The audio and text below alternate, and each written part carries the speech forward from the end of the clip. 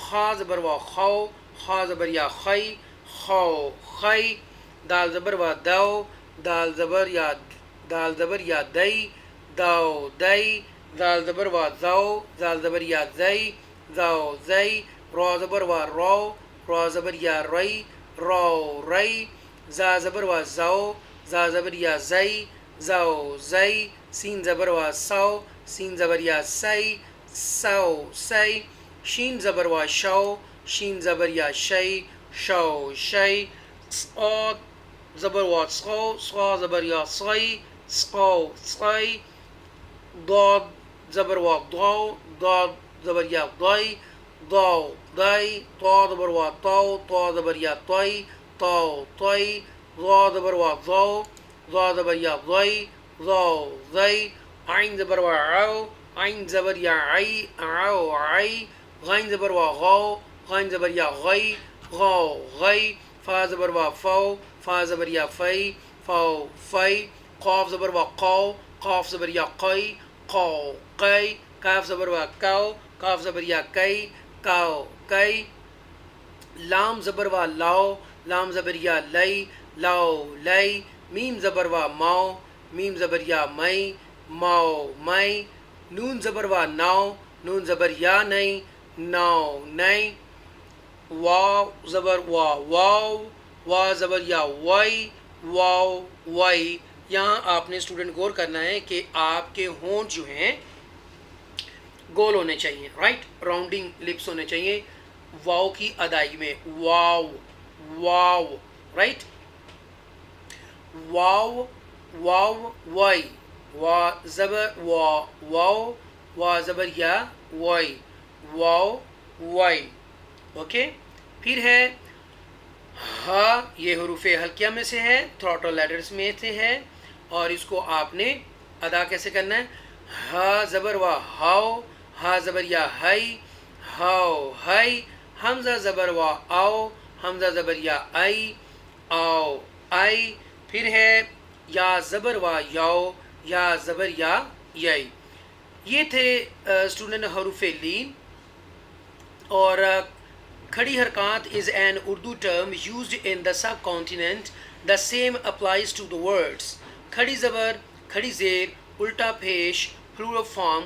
This is a type of mad which is stretched to the length of one alif, right?